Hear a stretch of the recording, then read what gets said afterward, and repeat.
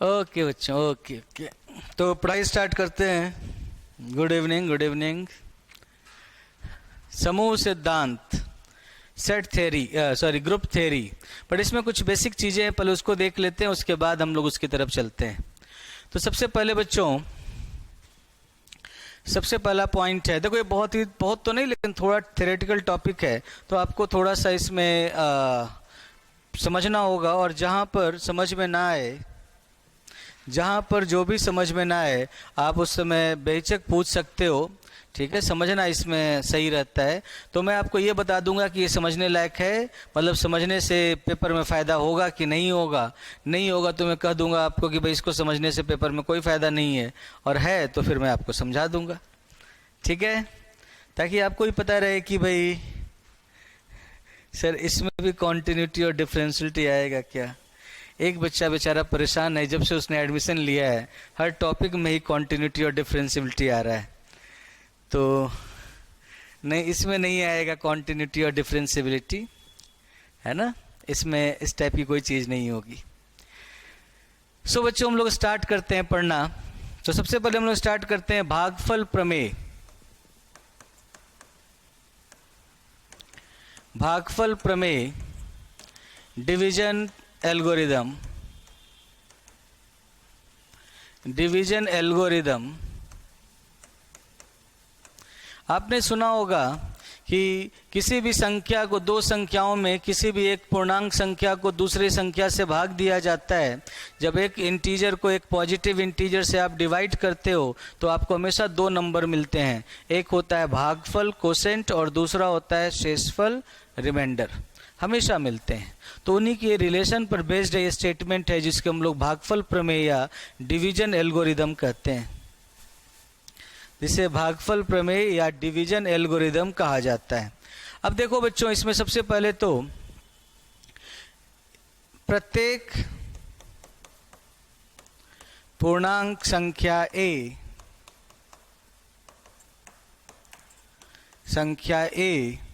तथा धनात्मक पूर्णांक b तथा धनात्मक पूर्णांक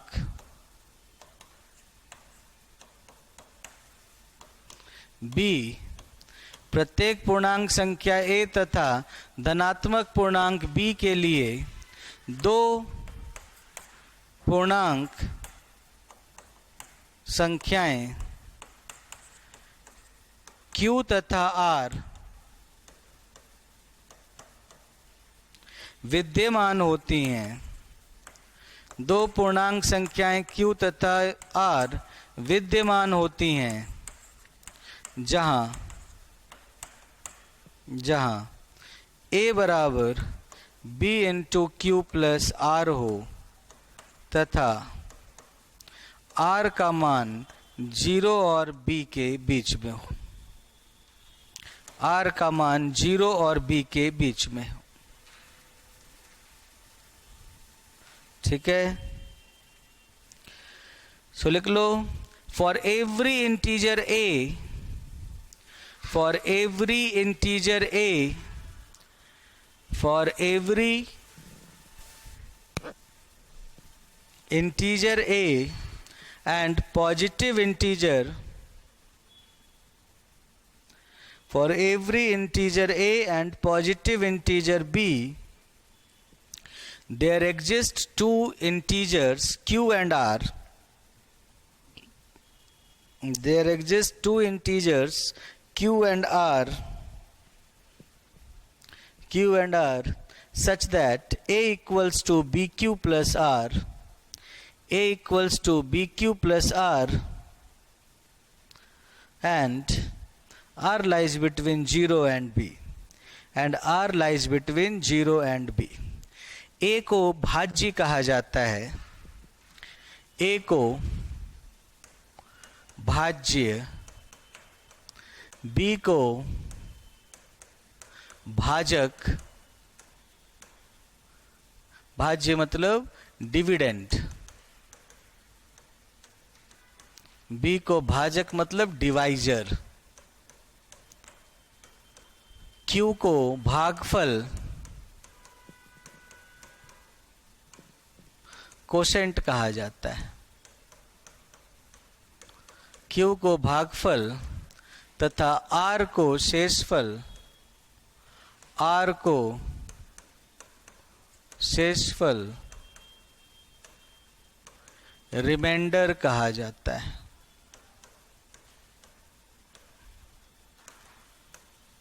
तभी आपने सुना होगा भाज्य बराबर भाजक गुना भागफल जोड़ शेषफल, है ना, क्लास 10 में है।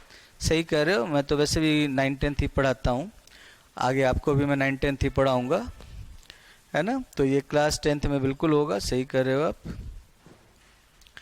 सो A is called dividend, B is called divisor, Q is quotient and R is remainder. A is dividend, B is divisor, Q is quotient and R is remainder. ठीक है, तो हम लोग इनको इन नामों से बुलाते हैं। आइए बातें समझ में। तो भागफल प्रमेय कहलाता है ये, डिवीजन एल्गोरिदम।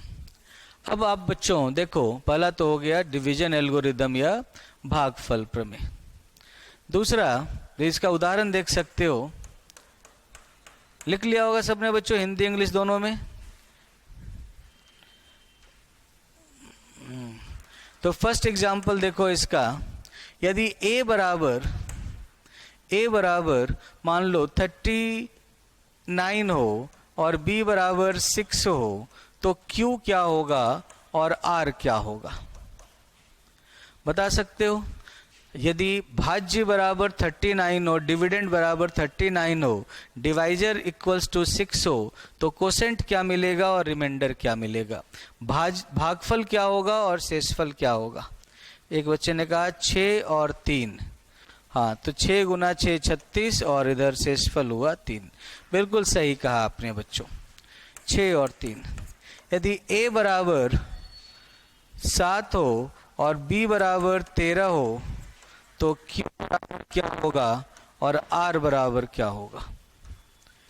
a बराबर 7 हो और b बराबर 13 हो, तो q क्या होगा और r क्या होगा, ये भी बता दो।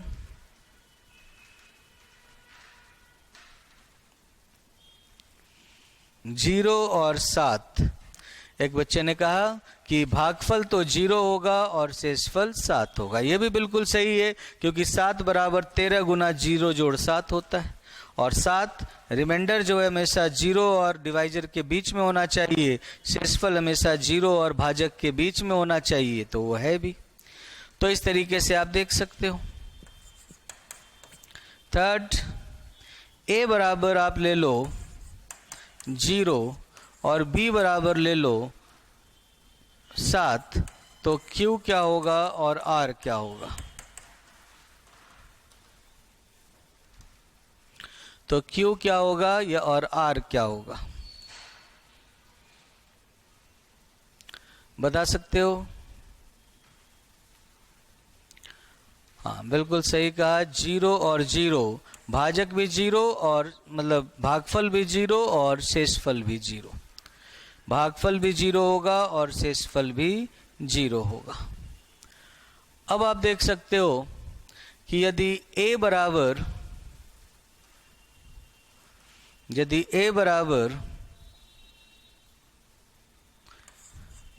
-3 हो और b बराबर 7 हो, तो q बराबर क्या होगा और r बराबर क्या होगा।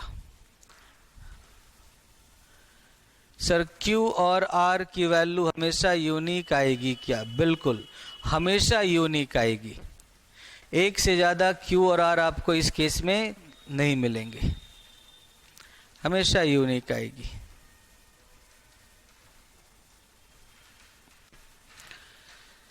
बताओ बच्चों क्या होगा। एक बच्चे ने कहा 0 और -3, लेकिन देखो शेषफल कभी नेगेटिव नहीं हो सकता है। शेषफल हमेशा r हमेशा 0 और b के बीच में होना चाहिए, तो शेषफल -3 कैसे हो सकता है।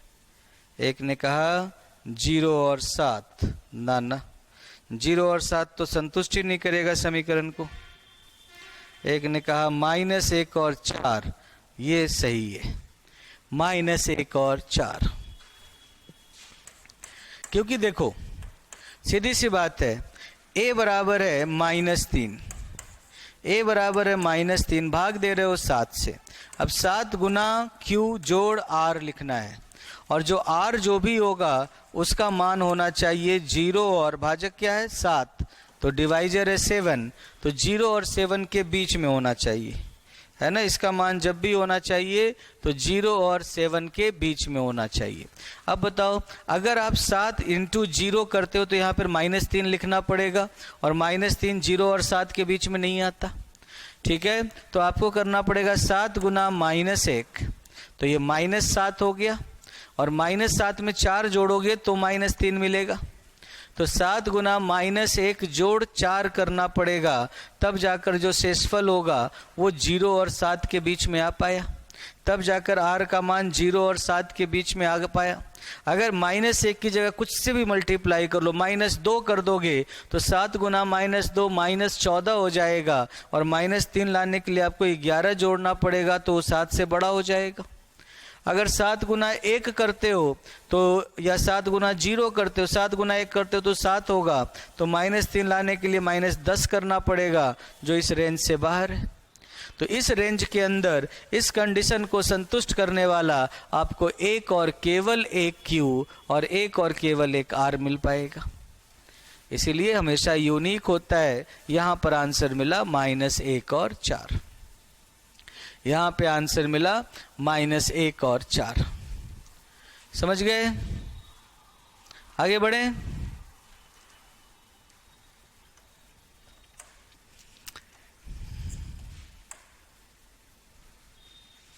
इसका क्या होगा? a बराबर -37, b बराबर 6, तो q बराबर क्या होगा और r बराबर क्या होगा?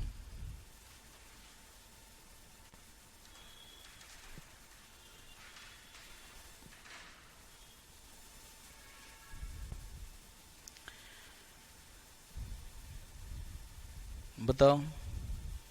एक ने कहा -7 और 5, दूसरे ने भी कहा -7 और 5, सब बोल रहे हैं -7 और 5। हाँ, तो बिल्कुल सही कर रहे हैं सब, -7 और 5। 9th और 10th कब चलेगी? कॉमन टॉपिक खत्म होने के बाद, जब सेकेंड ग्रेड और फर्स्ट ग्रेड अलग अलग हो जाएंगे, तब 9th 10th चलेगी, क्योंकि 9th 10th सेकेंड ग्रेड का टॉपिक है, फर्स्ट ग्रेड का नहीं है ना, तब चलेगी। अभी कॉमन टॉपिक में ग्रुप थ्योरी है, और उसके बाद स्टैटिक्स डायनेमिक्स है, उसके बाद अलग ही मान लो।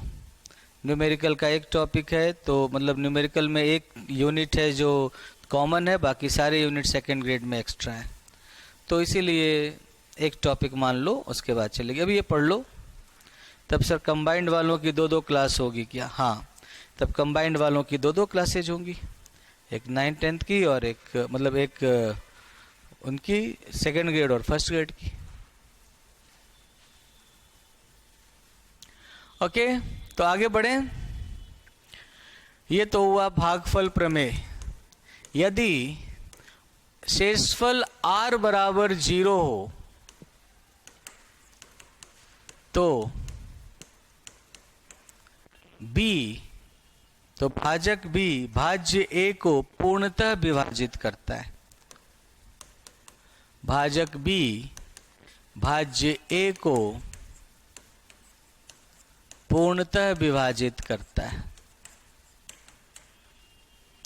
पूर्णतः विभाजित करता है। इसे b डिवाइड्स a से व्यक्त करते हैं।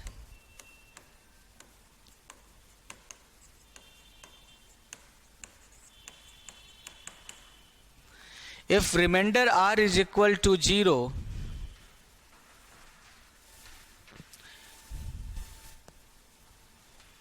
if remainder r is equal to 0, then if remainder r is equal to 0, then divisor b divides a divisor B divides A,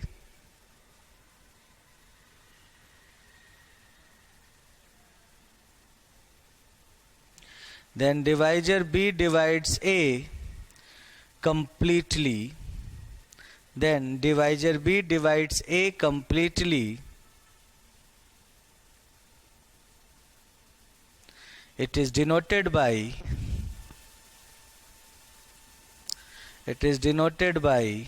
B divides A. It is denoted by B vertical line A. इसे पढ़ते हैं B divides A. B A को विभाजित करता है, समझ गए? It is denoted by B divides A. ठीक है सर, क्या फर्स्ट ग्रेड वाले अभी कंबाइंड वाले में ऐड हो सकते हैं क्या एक्स्ट्रा चार्ज देकर? हाँ बिल्कुल हो सकते हैं, आप एक बार ऑफिस वाले नंबर पे कॉल कर लेना।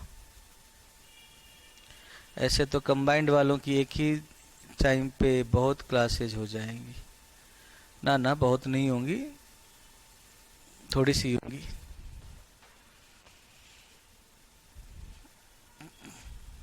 परेशान मत हो आप, सब कुछ सही होगा, है ना?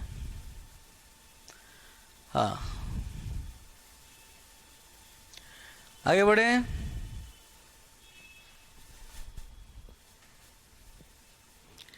दोनों मिलाकर 3 घंटे की होंगी ना?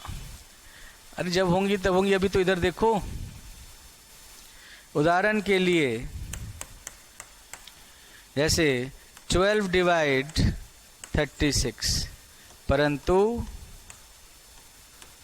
14 डज नॉट डिवाइड 32। 12 36 को विभाजित करता है, लेकिन 14 32 को विभाजित नहीं करता है।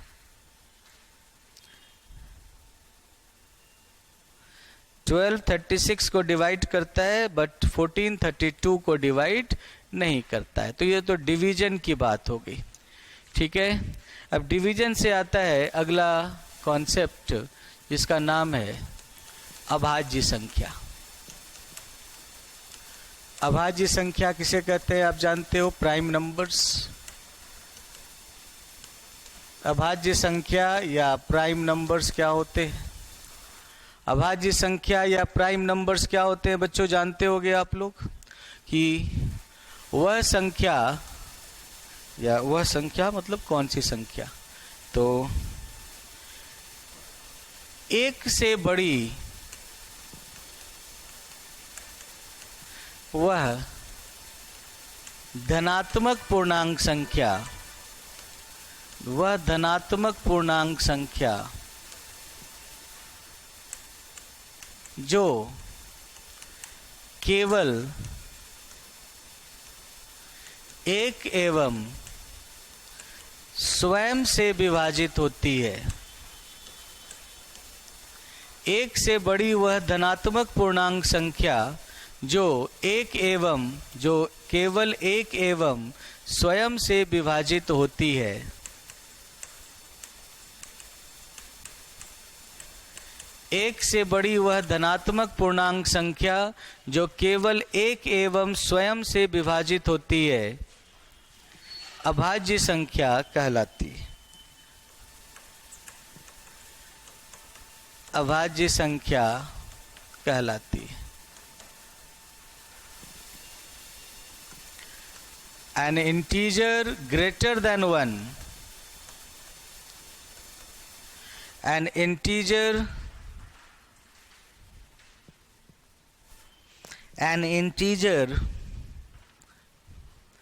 greater than 1, an integer greater than 1 is said to be a prime number. An integer greater than 1 is said to be a prime number. It's said to be a prime number if it is divisible by 1 and itself only. 1 and itself only. ठीक है? If it is divisible by 1 and itself only. If it is divisible by 1 and itself only. जो एक एवं स्वयं से विभाजित होती है, जो केवल ओनली इम्पॉर्टेंट है। एक और स्वयं से तो सारी संख्याएं विभाजित होती हैं, बट जो केवल कहा गया है वो इम्पॉर्टेंट है। तो ऐसी संख्या को अभाज्य संख्या कहते हैं। एग्जाम्पल आप लोग जानते ही हो, सबसे छोटी अभाज्य संख्या कौन सी होती है? 2, क्योंकि जाहिर सी बात है एक से बड़ी होनी चाहिए, तो सबसे छोटी अभाज्य संख्या होती है बच्चों 2। अच्छा, और सम अभाज्य संख्या इवन प्राइम नंबर कौन सा है? इवन प्राइम नंबर भी अकेला 2 ही होता है ना?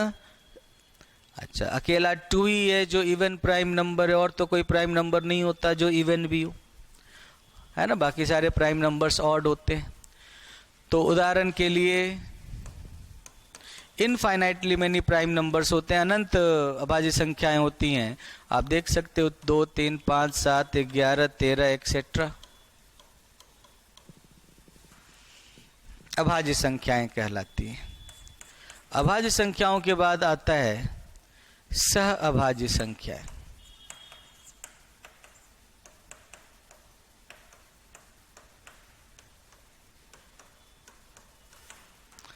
सह अभाज्य संख्याएं या को प्राइम नंबर्स।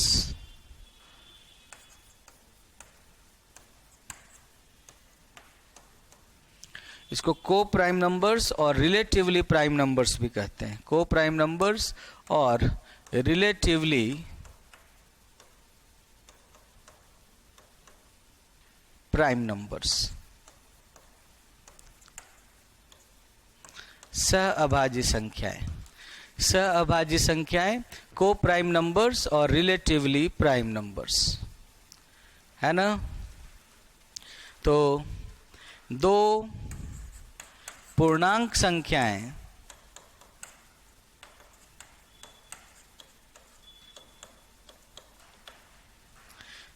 ए तथा बी सह अभाज्य संख्याएं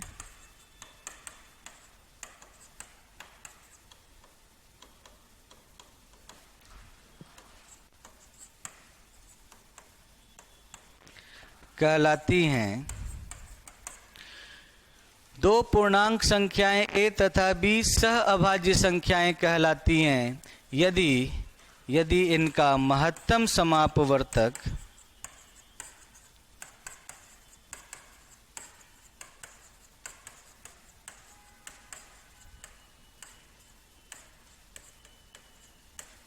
एक हो। If its GCD is equal to 1, महत्तम समापवर्तक ग्रेटेस्ट कॉमन डिवाइजर या हाईएस्ट कॉमन फैक्टर HCF भी बोलते हैं, वो एक हो। सो लिख लो, two integers A and B are called, two integers A and B are called, two integers A and B are called co-prime numbers. Two integers A and B are called co-prime numbers.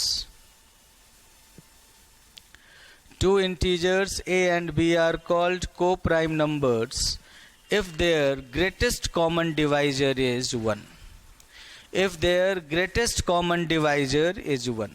तो दो संख्याएं जिनका महत्तम समापवर्तक एक हो, ठीक है, एक के अलावा कोई कॉमन फैक्टर ना हो, उसे हम लोग सह अभाज्य संख्याएं कहते हैं। उदाहरण के लिए आप देख सकते हो बच्चों, सहअभाज्य संख्याओं में पहला एग्जाम्पल है कि जैसे आप ले लो, कुछ भी ले लो, जैसे 15 और 16 सहअभाज्य संख्याएं, सहअभाज्य संख्याएं हैं। 15 and 16 are co-prime numbers. 15 and 16 are co-prime numbers.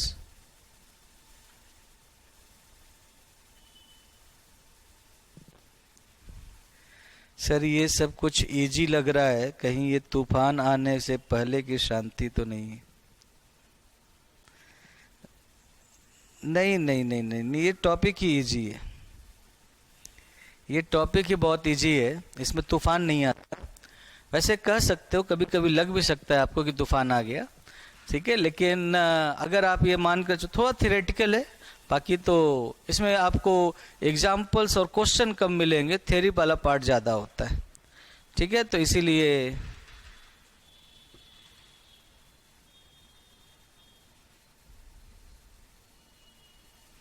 अभी आप बेसिक कॉन्सेप्ट पढ़ा रहे हो ना सर? हाँ बिल्कुल, मैं भी बेसिक ही पढ़ा रहा हूँ। Yes sir, group theory is easy compare to real. ऐसा नहीं है, सब आसान है।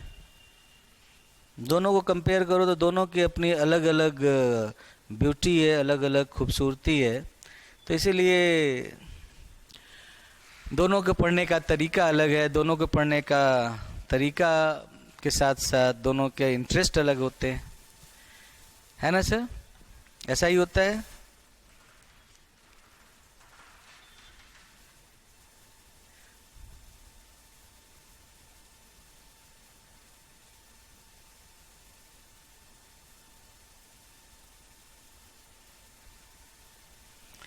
लगता है आज आप लोग बातें करना चाहते हो, है ना?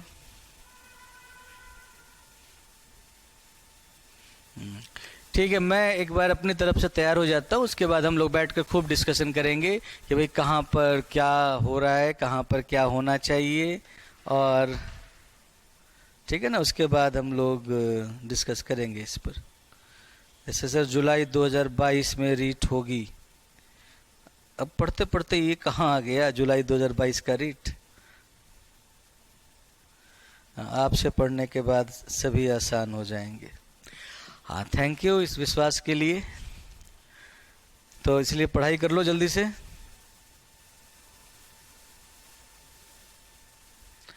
है ना?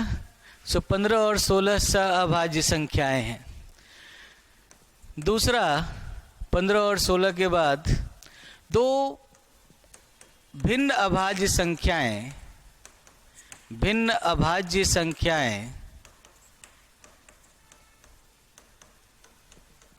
सहअभाज्य होती है। Two distinct prime numbers are, two distinct prime numbers are coprime numbers. देखो, वैसे को प्राइम होने के लिए इनका प्राइम होना जरूरी नहीं है। 15 और 16 में कोई अभाज्य संख्या नहीं है, लेकिन ये एक दूसरे के लिए अभाज्य है। तो इसीलिए जो दो नंबर जो को प्राइम होते हैं,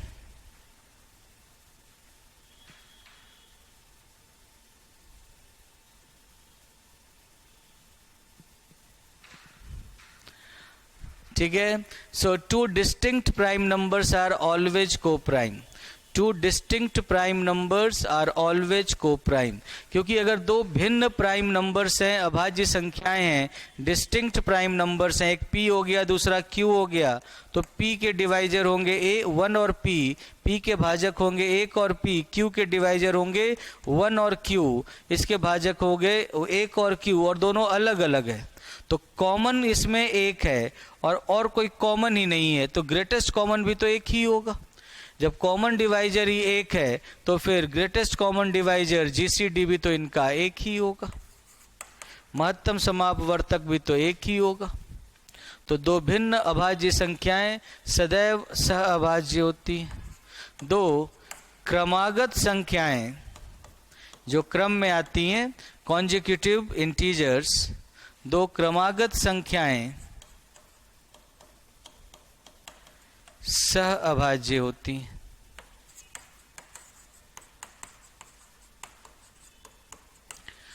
Two consecutive integers are co-prime. Two consecutive integers are co-prime.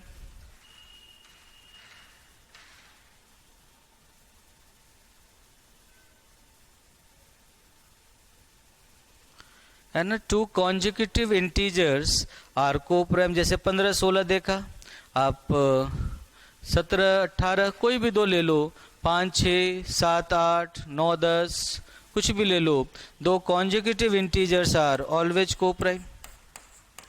ठीक है, दो क्रमागत संख्याएं सहअभाज्य होती। समझ में आई बात? दो क्रमागत संख्याएं सहअभाज्य होती यदि a b से छोटा हो तथा GCD of A comma B बराबर 1 हो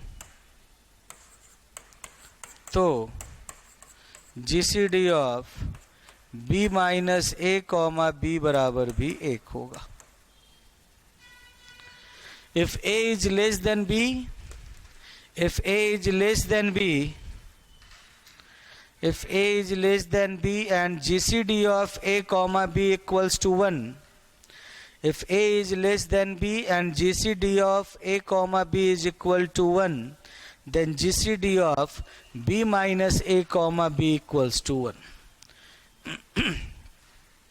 अगर a और b के बीच का GCD 1 है तो b माइनस ए और b के बीच का GCD भी 1 होगा। समझ गए? GCD क्या है? अच्छा, ये तो मैंने सोचा ही नहीं। GCD of a comma b का मतलब होता है a तथा b का महत्तम समापवर्तक, महत्तम समापवर्तक। ठीक है? GCD क्या है? ये GCD क्या है? What is GCD?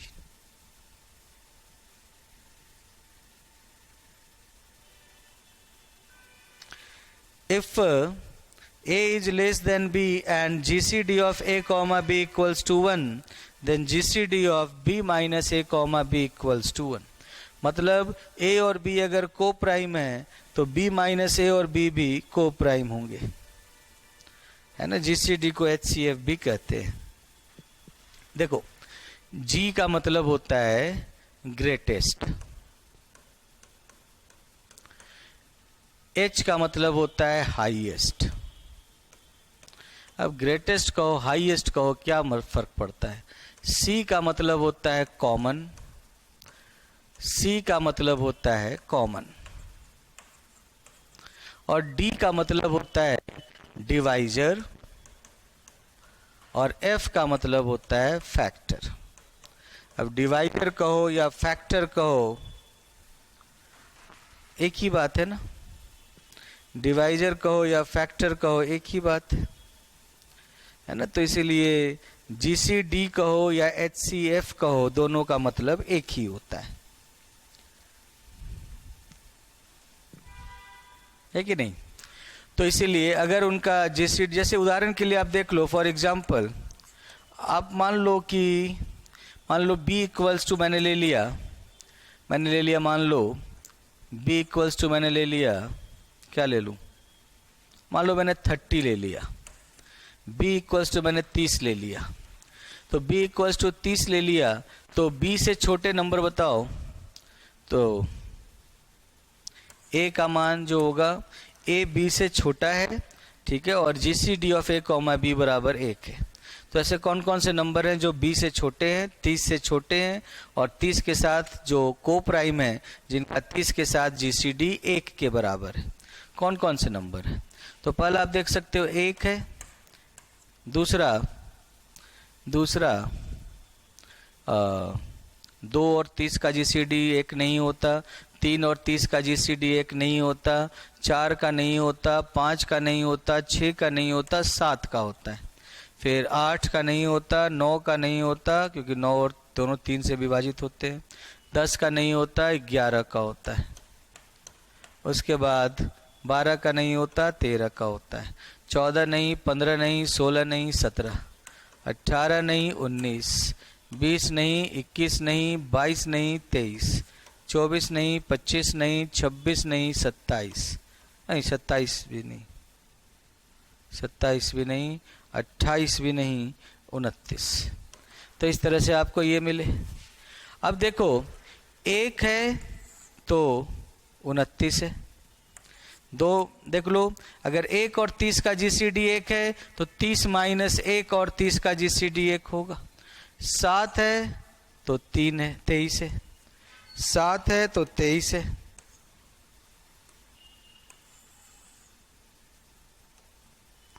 7 है तो 23 है, 7 और 30 का GCD 1 है तो 30 माइनस 7, 23 और 30 का GCD 1 होगा, 11 है तो 19 है, 11 और 19, ठीक है, 30 माइनस 11 19 होता है। उसके बाद 13 है तो 17। तो इस तरह से आप देख सकते हो बच्चों कि अगर a b से छोटा है तो a और b का GCD 1 है, तो b माइनस a और b का GCD भी 1 ही होता है। समझ गए? तो GCD का मतलब क्या होता है समझिए। अब एक सभी पूर्णांक संख्याओं के साथ सहअभाज्य होता है। सभी पूर्णांक संख्याओं के साथ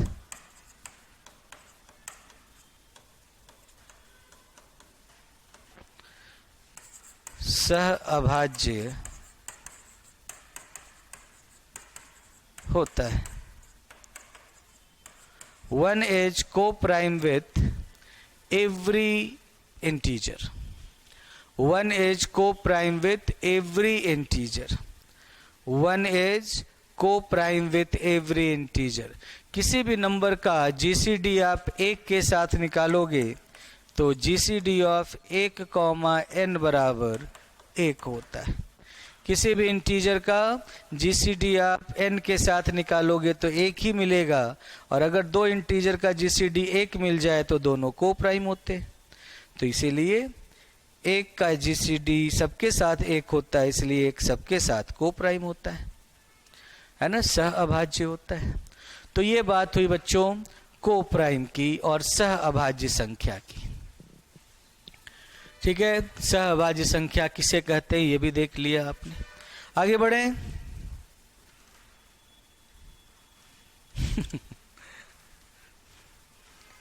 एक बच्चे का क्वेश्चन है, सर न्यू टॉपिक कब से स्टार्ट होगा? क्या करूं मैं?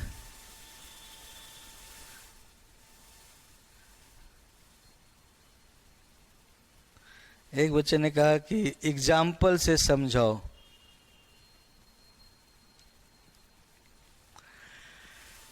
ये आज से स्टार्ट हुआ है भाई न्यू टॉपिक। ये न्यू टॉपिक ही है, आपको पता नहीं चल पा रहा है ना कि ये टॉपिक न्यू है। ये आज से स्टार्ट हुआ है और न्यू टॉपिक है।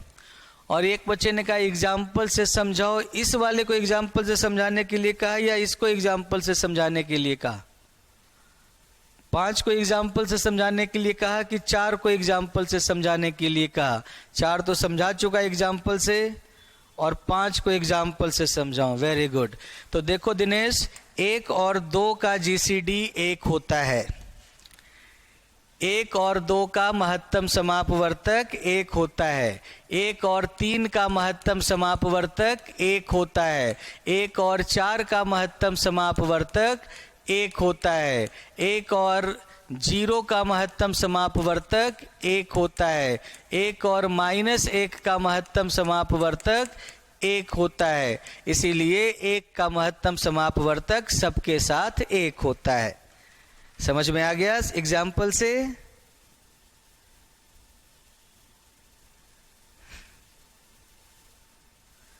सर क्लास लेट ज्वाइन की। आज वाली क्लास लेट ज्वाइन की आपने।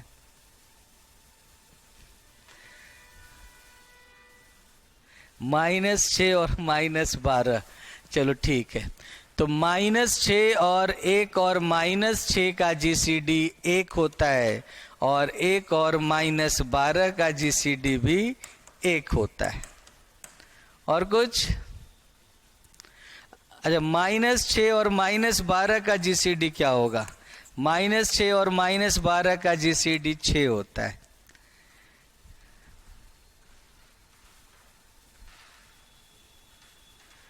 सर फर्स्ट पेज दिखा दो जिसमें मालूम चल जाएगा कि 1 होता है। नया टॉपिक है ये। देखो ये पहला ग्रुप।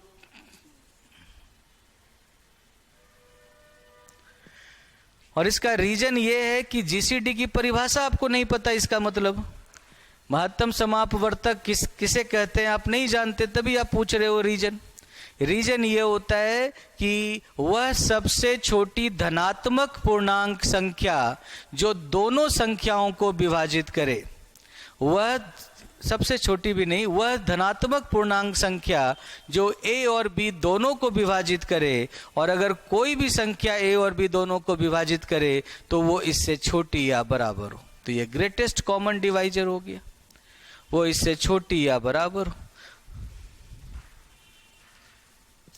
अच्छा सर, लड़के ऐसे क्वेश्चन पूछ रहे हैं जैसे रीट में पढ़ रहे हैं। अच्छा, ये रीट में ऐसे पढ़ना होता है?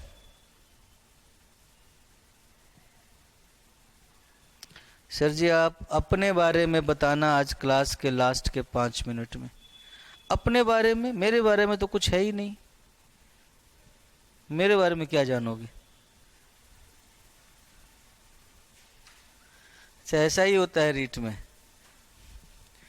ऐसे ऐसे पढ़ाना है, 1 और 2 का 1, 1 और 3 का 1, तो बड़ा अच्छा है। तो रीट पढ़ाना अच्छा टाइम पास है ना। कोई पहले 2 और 3 का बताऊं, फिर 2 और 4 का, फिर 3 और 5 का, फिर 5 और 7 का।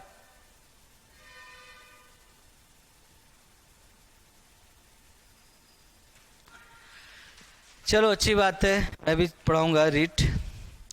तो ये समझ गए आप लोग, 1 और n का जीसीडी।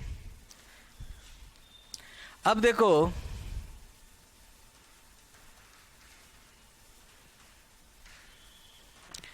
अब जीसीडी हो गया, सहभाज्य संख्याएं हो गई। अब आ जाओ अगले पॉइंट पर, जिसका नाम है बच्चों अंकगणित का मूलभूत प्रमेय। अंकगणित का मूलभूत प्रमेय।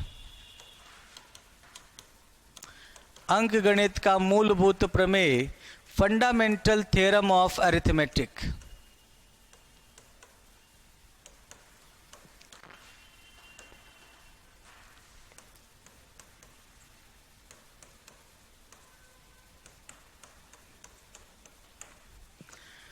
अंकगणित का मूलभूत प्रमेय, अंकगणित का मूलभूत प्रमेय, fundamental theorem of arithmetic. Fundamental theorem of arithmetic में क्या होता है कि यदि, या ऐसे लिख लो कि 1 से बड़ी सभी पूर्णांक संख्या, 1 से बड़ी सभी पूर्णांक संख्या,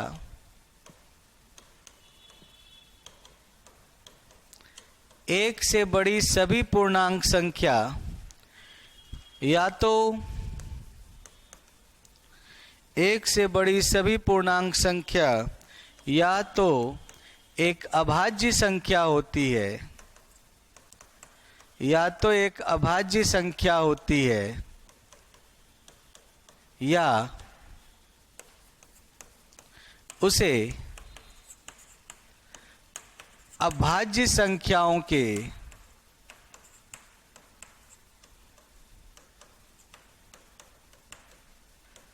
गुणनफल के रूप में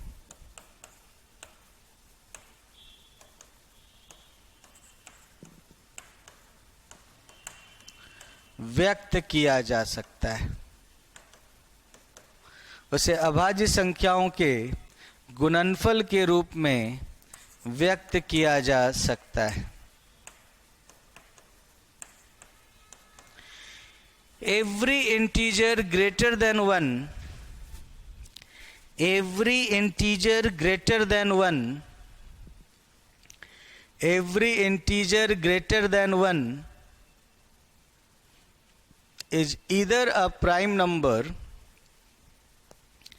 Every integer greater than 1 is either a prime number or can be expressed as, every integer greater than 1 is either a prime number or can be expressed as a product of prime, or can be expressed as a product of prime, or can be expressed as a product of prime numbers। या तो वो एक अभाज्य संख्या होती है,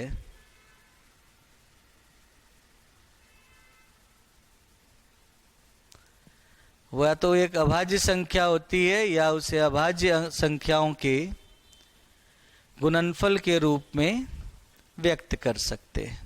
So every integer greater than 1 is either a prime number or can be expressed as a product of prime numbers, or can be expressed as a product of prime numbers.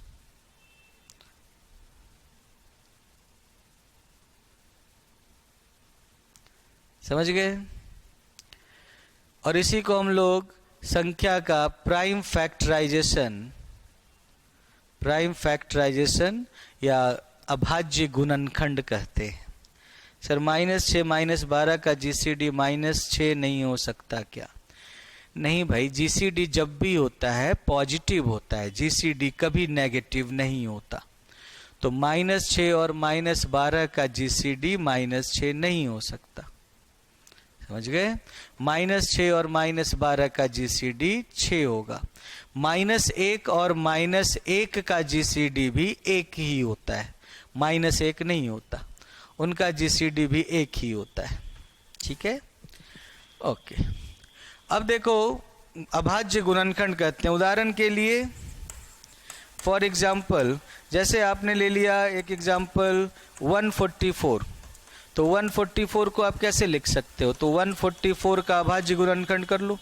2 72, 2 36, 2 18, 2 9, 2 3 3, तो 2 2 2 2, तो 2⁴ इंटू 3 का square,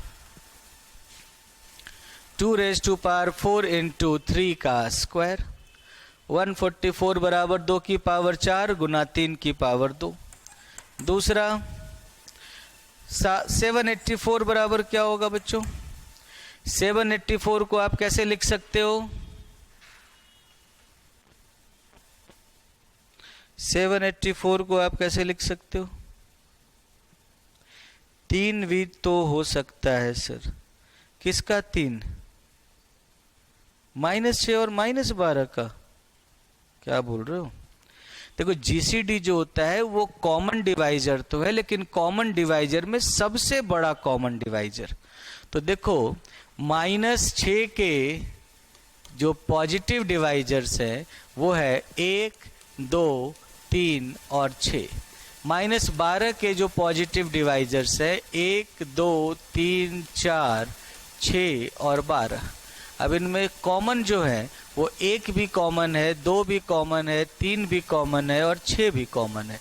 तो सबसे बड़ा जो common divisor है वो तो 6 हुआ ना, 3 कहाँ से हो पाएगा? हाँ, तो 2 की पावर 4 इंटू 7 की पावर 2, बिल्कुल सही कहा। 31 कैसे आ गया? ना ना ना ना, 31 नहीं होगा। 2 की पावर 4 इंटू 7 की पावर 2। हाँ बिल्कुल सही कहा।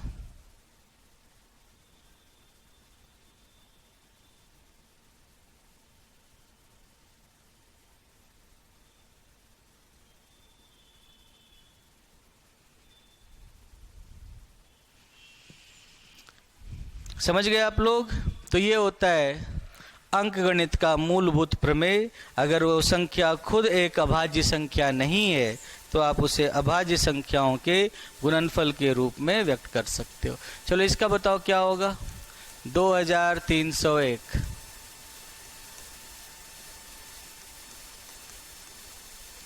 और 2303।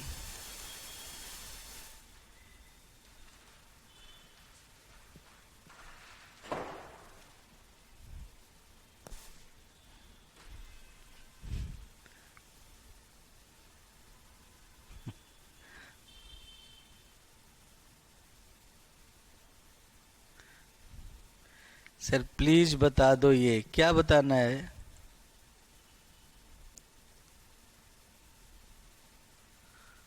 भाई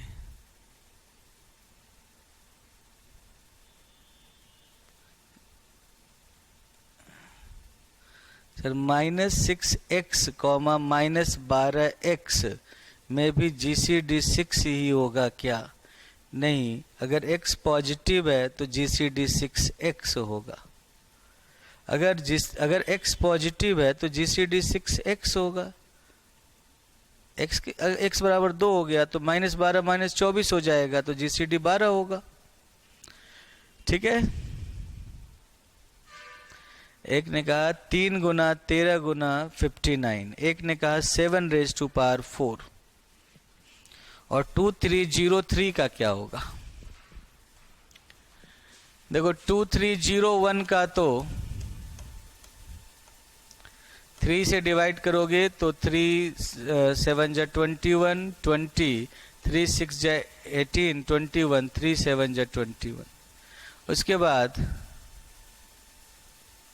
3 से डिविजिबल नहीं हो पाएगा, 7 से भी नहीं हो पाएगा, तो 3 से नहीं हो पाएगा, 7 से नहीं हो पाएगा, 11 से भी नहीं हो पाएगा, 13 से 65 हो जाएगा, 65 1117, हाँ 13 से हो जाएगा। तो 13 5 जा 65 और फिर 11 117, 13 9 जा इतना, इसीलिए 3 इंटू 13 इंटू 59। एंड 2303 का 7 स्क्वायर इंटू 47 का, और एक ने 7 रेज़ टू पावर 4 का। देख लेते हैं 2303, तो ये तो 2 से भी नहीं हो पाएगा, 3 से नहीं हो पाएगा, 5 से नहीं हो पाएगा, तो 7 से देख लेते हैं। 7 3 जा 21, तो 20 हो गया, तो 7 2 जा 14 63 हो गया, 7 9 जा 63, तो 329 हो गया। अब 329 को आप देखोगे 7 से करोगे तो 7 4 जा, हाँ 7 से करो तो 7 4 जा 28, और फिर एक्स्ट्रा रह गया 4 49, तो 49 7 7 जा 49, तो इसीलिए 7 into 7 into 47, 47 is a prime number. समझ गए? तो इस तरह से ये आंसर हुए। तो आप समझ गए कि ये क्या होता है। अब आ जाओ अगले पॉइंट पर, जिसका नाम है अंकगणितीय फलन। जिसका नाम है अंकगणितीय फलन।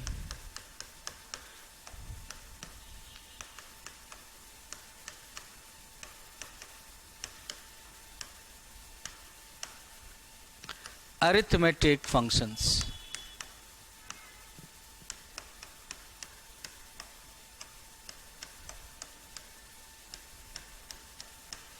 अंकगणितीय फलन या अरिथमेटिक फंक्शंस।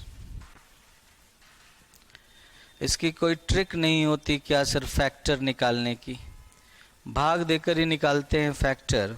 हाँ ये पता है कि जो नंबर है उसके स्क्वायर रूट तक के नंबर से भाग लग जाए तो लग जाए, अगर वहाँ तक नहीं लगा तो आगे नहीं लगेगा। मान लो मैं आपसे पूछूं कि भाई 3301 ये प्राइम नंबर है कि नहीं, तो आप अगर इसको डिवाइड करने जाओगे तो आप एक एक नंबर से भाग देते जाओ, ठीक है। कहाँ तक भाग दोगे? तो रूट ऑफ 3301 तक में इसके छोटा जो भी इंटीजर मिल रहा है, रूट ऑफ 3301 से छोटा जो भी इंटीजर मिल रहा है वहाँ तक से अगर भाग लग गया तो लग गया, अदरवाइज ये प्राइम नंबर होगा, अभाज्य संख्या होगी, ठीक है। तो इसके रूट तक जाते हैं हम लोग। जैसे 3300 है तो इसका मतलब 3300 किसके आसपास होगा? 50 का होता है 2500, 2500 होता है, और 60 का 3600 होता है। तो 50 और 60 के बीच में जो प्राइम नंबर है वहीं तक आपको देखना है ना। तो उसके पहले अगर लग गया तो लग गया, अदरवाइज नहीं लगेगा। समझ में आई बात? तो ये एक तरीका है, बाकी तो ऐसा कुछ तरीका नहीं है। बाकी ये सब चीज़ें तो आप जानते होगे शायद कि 3 से विभाजित होने के क्या कंडीशन है। ठीक है कि भाई उनके सभी डिजिट का सम 3 से विभाजित होना चाहिए, 5 से विभाजित होने के, 4 से विभाजित होने के, 6 से, 7 से, इन सब से विभाजित होने के क्या कंडीशंस हैं। अगर वो पता है तो उनको यूज करके भी आप शॉर्ट में कर सकते हो।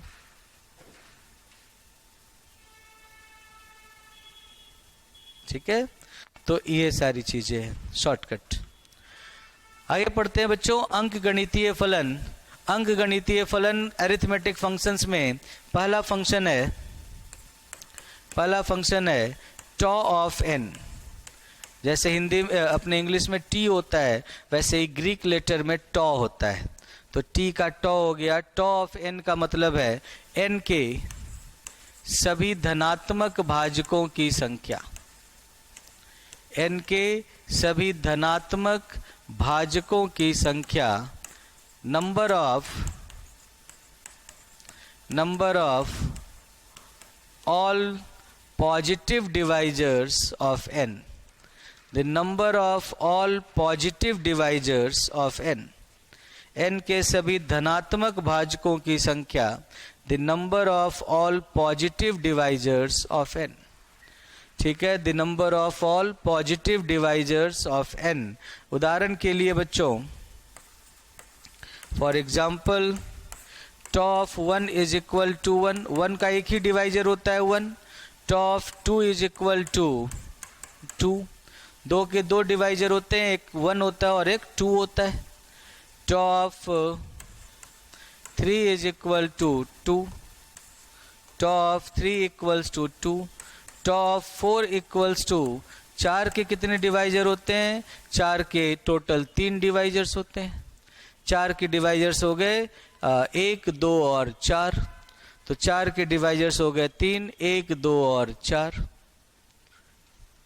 समझ में आई बात? तो 4 के ये 3 डिवाइजर्स होते हैं। उसी तरीके से 5 के वापस 2 ही डिवाइजर होंगे, 1 और 5। ठीक है, तो इस तरह से आप देख सकते हो बच्चों कि ये टॉ ऑफ एन होता है। इसके बारे में कुछ पॉइंट्स देख लो। यदि p एक अभाज्य संख्या है, यदि p एक अभाज्य संख्या है, if p is a prime number, तो टॉ ऑफ p बराबर 2। यदि p एक अभाज्य संख्या है तो टॉ ऑफ p बराबर 2 होगा, क्योंकि अभाज्य संख्या के 2 ही भाजक हो सकते हैं, 1 और p। अगर p अभाज्य संख्या है तो p के 2 ही डिवाइजर हो सकते हैं, एक तो 1 और दूसरा p खुद। तो इसीलिए टॉ ऑफ p बराबर 2 मिला।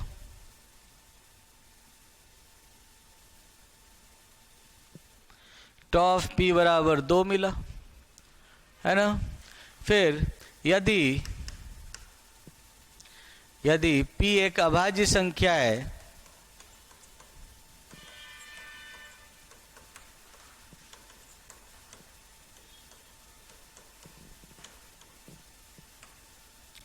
तो tau of p raise to power k बराबर k प्लस 1 होता है। यदि p एक अभाज्य संख्या है तो tau of p raise to power k बराबर k प्लस 1 होता है, क्योंकि भाजक कौन कौन से हो जाएंगे p raise to power k के? 1 p square, p cube, dot dot dot p raise to power k तक, ये सब इसके भाजक है। 1 p square, p cube, dot dot dot p raise to power k, ये सब इसके भाजक हैं, डिवाइजर, है ना। तो कितने हो गए? p की पावर 0 से p की पावर k तक, तो 0 से k तक k प्लस 1 होते हैं, इसीलिए k प्लस 1 भाजक हो जाएंगे। सर डिवाइजर फिर से बताना। डिवाइजर मतलब भाजक होता है कि कौन कौन से नंबर हैं, धनात्मक नंबर, जो उस संख्या को विभाजित करते हैं। समझ गए? जो उसे विभाजित करते हैं। तो किसका डिवाइजर फिर से बताऊं? किसका डिवाइजर फिर से बताने के लिए कह रहे हो आप? डिवाइजर किसे कहते हैं, ये जानना चाहते हो आप? हाँ, अगला पॉइंट लिख लो पहले जब तक वो बताए। यदि GCD of m comma n बराबर 1 हो, यदि m और n का जीसीडी 1 हो, 5 का 2 कैसे आएगा? अच्छा ये बताना है, अभी बताता हूँ। यदि GCD of m comma n बराबर 1 हो तो यदि GCD of m comma n बराबर 1 हो तो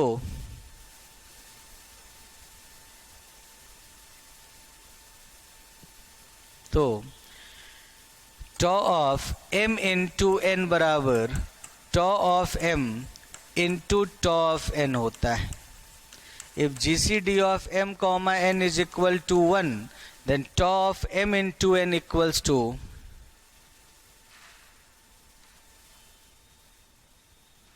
tau of m into n equals to tau of m into tau of n होता है। इसको हम लोग मल्टीप्लिकेटिव फंक्शन कहते हैं।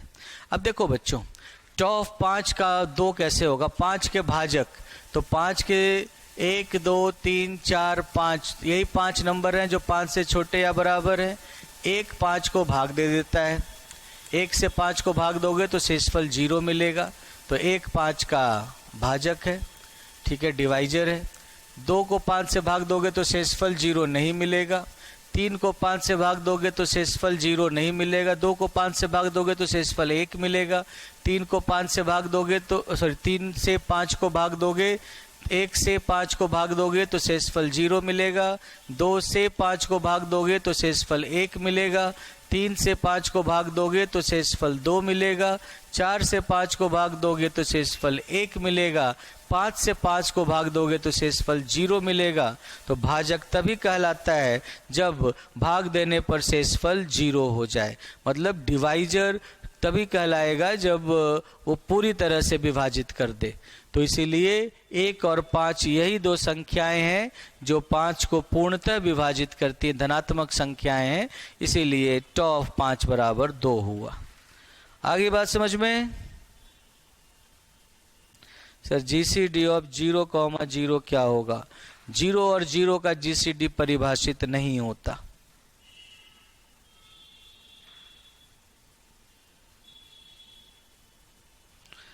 ठीक है सर, सेकंड पॉइंट बताना, टॉ की पावर के वाला। टॉ ऑफ पी की पावर के बराबर के प्लस 1 है। अब जैसे मैं अगर आपसे पूछूं कि भाई 3 की पावर 5 के भाजक कौन कौन से हैं, तो 3 की पावर 5 के भाजक यही होंगे ना, 1 3 3 का स्क्वायर, 3 की पावर 3, 3 की पावर 4 और 3 की पावर 5। तो अगर यही है इनके भाजक तो फिर कितने हो गए? 6 हो गए ना, 5 जोड़ 1 6 हो गया।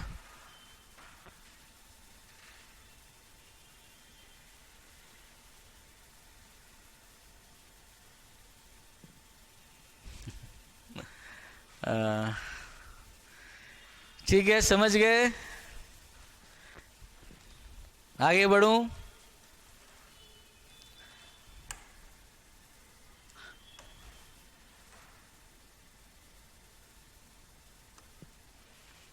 आगे बढ़ जाओ ना।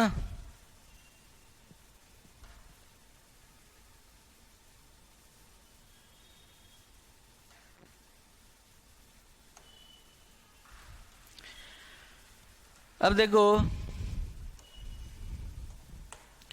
अगला पॉइंट है कि यदि n बराबर p की पावर अल्फा 1 इन p1 की पावर अल्फा 1 इंटू p2 की power alpha 2 into dot dot dot pk की पावर अल्फा के हो, जहां p1 p2 pk भिन्न अभाज्य संख्याएं हैं।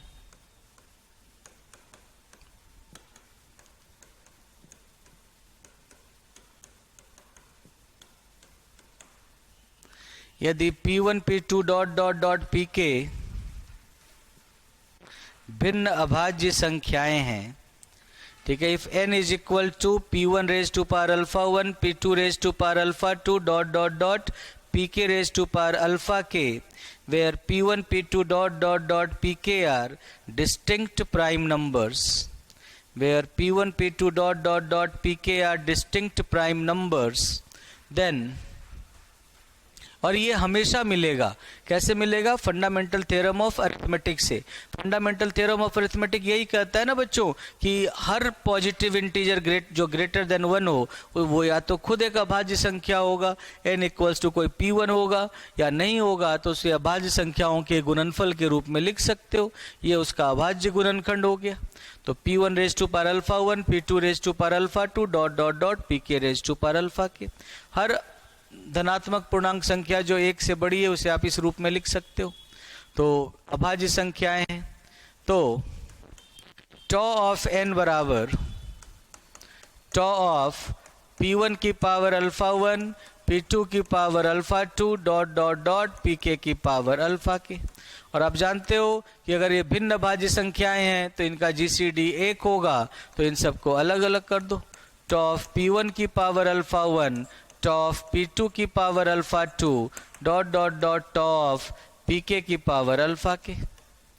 ये ऐसा हो गया। और अगर इतना हो गया तो टॉ ऑफ p1 की पावर अल्फा 1 क्या होगा? टॉ ऑफ p1 की पावर अल्फा 1 आपने पहले ही पढ़ रखा है कि भाई टॉ ऑफ p की पावर k बराबर k प्लस 1 होता है। तो टॉ ऑफ p1 की पावर अल्फा 1 बराबर अल्फा 1 प्लस 1 हो जाएगा। टॉ ऑफ p2 की पावर अल्फा 2 बराबर अल्फा 2 प्लस 1 हो जाएगा। और ऐसे ही टॉ ऑफ pk की पावर अल्फा k बराबर अल्फा k प्लस 1 हो जाएगा। सो टॉ ऑफ n बराबर इतना हो गया कि उस n का अभाज्य गुणनखंड लिख लो, और जब आप उस n का अभाज्य गुणनखंड लिख लोगे तो आप इस तरीके से आप नंबर ऑफ पॉजिटिव डिवाइजर्स निकाल सकते हो। उदाहरण के लिए फॉर एग्जाम्पल जैसे टॉ ऑफ 720 क्या होगा? तो 720 का टॉ निकालना है, आप कैसे निकालोगे?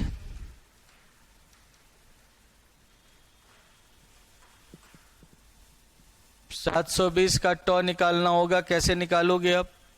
तो इसके लिए आपको निकालना होगा बच्चों टॉ ऑफ 2 की पावर 4 गुना 3 की पावर 2 गुना 5 बराबर टॉ ऑफ 2 की पावर 4 टॉ ऑफ 3 की पावर 2 इंटू टॉ ऑफ 5 बराबर 4 प्लस 1 2 प्लस 1 और 1 प्लस 1। जो पावर है में है उसमें 1 जोड़ देना है बस। सो 5 गुना 3 गुना 2 तो 15 गुना 2 30। तो 720 के टोटल 30 भाजक होंगे। परमुटेशन में कराया था भाटी सर ने भाजक निकालना। चलो बहुत अच्छी बात है। तो मैं सीधा फॉर्मूला लिख देता हूं, है ना। तो ये समझ गए भाजक निकालना भाटी सर ने करवा ही दिया आपको। तो एक एग्जांपल मैंने करवा दिया, सफिशिएंट है। तो दूसरा फंक्शन भी देख लो जल्दी से।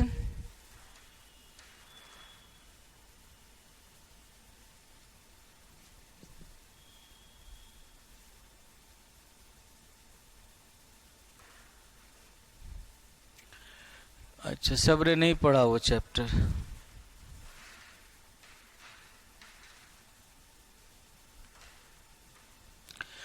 अच्छा चलो ठीक है। तो आप हर नंबर का आप नंबर ऑफ डिवाइजर्स बता सकते हो इस तरीके से। इस तरीके से आप हर नंबर का नंबर ऑफ डिवाइजर्स बता सकते हो, जो तरीका आप यहाँ पर देख रहे हो। उसके बाद दूसरा जो अरिथमेटिक फंक्शन होता है उसका नाम है sigma of N. Sigma of N का मतलब होता है एन के सभी धनात्मक भाजकों का योग। एन के सभी धनात्मक भाजकों का योग। सम वहां था एन के सभी धनात्मक भाजकों की संख्या, और सिग्मा ऑफ एन में है एन के सभी धनात्मक भाजकों का योग। तो यहां पर सम हो गया। So sigma of n is defined as the sum of all positive divisors of n. Sigma of n is defined as the sum of all positive divisors of n. The sum of all positive divisors of n. समझ गए? Sigma of n is equal to the sum of all positive divisors of n. ठीक है, उदाहरण के लिए आप example देख सकते हो बच्चों, जैसे सिग्मा ऑफ 1, तो 1 का तो एक ही डिवाइजर होता है तो 1 हो गया. सिग्मा ऑफ 2 बराबर 3 होता है क्योंकि उसके 2 डिवाइजर होते थे, 1 और 2, तो दोनों को जोड़ दिया. सिग्मा ऑफ 3 बराबर 4 होता है, इसके भी 2 डिवाइजर होते थे, 1 और 3, उन दोनों को जोड़ दिया. सिग्मा ऑफ 4 बराबर 7 होता है क्योंकि 1 जोड़ 2 जोड़ 4 कर दिया. इसके 3 भाजक होते थे, 3 को जोड़ दिया. तो इस तरह से जोड़ते हुए आप प्रत्येक संख्या के भाजकों का योग निकाल सकते हो. प्रत्येक संख्या के भाजकों का योग निकाल सकते हो. ये भी पढ़ा दिया. वेरी गुड, बहुत अच्छी बात है. तो आगे बढ़ जाए ना. लेकिन बहुत सारे बच्चों ने नहीं पढ़ा है तो थोड़ा सा रिवाइज कर लेते है ना. मैं बहुत ज़्यादा डिटेल में नहीं जाऊंगा, ठीक है. तो इसीलिए जो हमारे ग्रुप थ्योरी में रिक्वायर्ड हैं जो फंक्शंस, हम लोग उन्हीं फंक्शंस की बात करेंगे. ये ग्रुप थ्योरी में जिन जिन फंक्शंस की ज़रूरत होती है हम लोग उन फंक्शंस की बात करेंगे. सो अगले पॉइंट पे आ जाओ कि इसके कुछ पॉइंट्स देख लो कि यदि p एक अभाज्य संख्या है, यदि p एक अभाज्य संख्या है, if p is a prime number, तो सिग्मा ऑफ p बराबर 1 प्लस p, क्योंकि 2 ही डिवाइजर होते थे उसके, 1 और p, क्योंकि टॉ ऑफ p बराबर 2 होता था, 2 ही डिवाइजर होते थे, 1 और p, तो उन दोनों को जोड़ दिया तो ऐसा हो गया.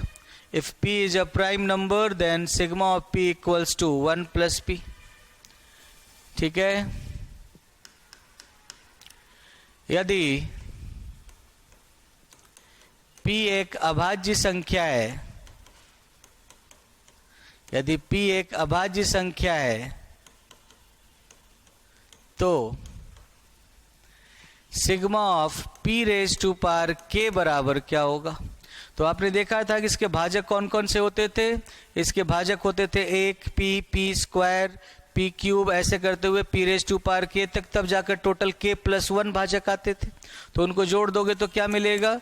1 जोड़ p स्क्वायर जोड़ p क्यूब जोड़ डॉट डॉट डॉट p की power k.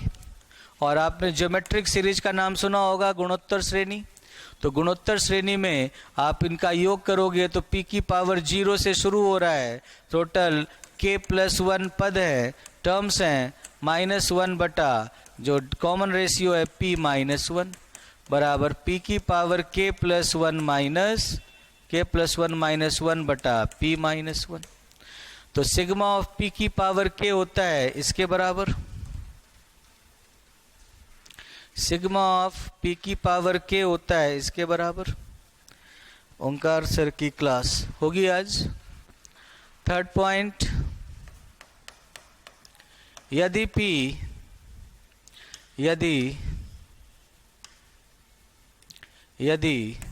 GCD of m, n बराबर 1 हो, तो यदि m और n का GCD 1 हो, मतलब दोनों सहअभाज्य संख्याएं हों, तो सिग्मा ऑफ mn बराबर sigma of m into sigma of n होता है. If GCD of m, n equals to 1, then sigma of mn is equal to sigma of m into sigma of n. Then GCD of m into n बराबर, if GCD of m, n equals to 1, then sigma of mn equals to sigma of m into sigma of n. और चौथा point है कि यदि n बराबर, क्योंकि fundamental theorem of arithmetic से, अंक गणित के मूलभूत प्रमेय से, आप हर ग्रेटर देन 1 जो भी n होगा उसको आप इस रूप में लिख सकते हो. यदि n बराबर इतना हो तो सिग्मा ऑफ n बराबर क्या होगा, सिग्मा ऑफ p1 की पावर अल्फा 1, p2 की power alpha 2 dot dot dot pk की पावर अल्फा के बराबर सिग्मा ऑफ p1 की power alpha 1, sigma of p2 की power alpha 2 dot dot dot sigma of pk की पावर अल्फा के। और आपने ये फॉर्मूला देखा है कि सिग्मा ऑफ p की पावर k क्या होता है, तो ये सब पे आप यही फॉर्मूला लगा दोगे तो आपको मिलेगा कि p1 की पावर अल्फा 1 प्लस 1 माइनस 1 बटा p1 माइनस 1 इंटू p2 की पावर अल्फा 2 प्लस 1 माइनस 1 बटा p2 माइनस 1, और ऐसे ही करते करते pk की पावर अल्फा के प्लस 1 माइनस 1 बटा pk माइनस 1। ये होता है सिग्मा ऑफ n, ये होता है सिग्मा ऑफ n। तो सिग्मा ऑफ n, n के सभी भाजकों के योग का जो फॉर्मूला होता है वो ऐसा बन जाता है। ठीक है, उदाहरण के लिए अगर आप सिग्मा ऑफ 720 निकालना चाहते हो तो हो जाएगा सिग्मा ऑफ 2 की पावर 4 गुना 3 स्क्वायर गुना 5 बराबर 2 की पावर 5 माइनस 1 बटा 2 माइनस 1 है ना, जो पावर उसमें से एक जोड़ दिया और माइनस 1 बटा, वो तो फॉर्मूला होता है ज्योमेट्रिक सीरीज का, गुणोत्तर श्रेणी का। फिर 3 की पावर 3 माइनस 1 बटा 3 माइनस 1 और 5 की पावर 2 माइनस 1 बटा 5 माइनस 1, जो पहले से पावर है उसमें एक जोड़कर, ठीक है, ये फॉर्मूला बना दो। अभी देखा ये आपने कैसे आया, तो 32 माइनस 1 31 बटा 1 31 हो गया, फिर 27 माइनस 1 26 बटा 2 13 हो गया, और 25 माइनस 1 24 बटा 4 6 हो गया।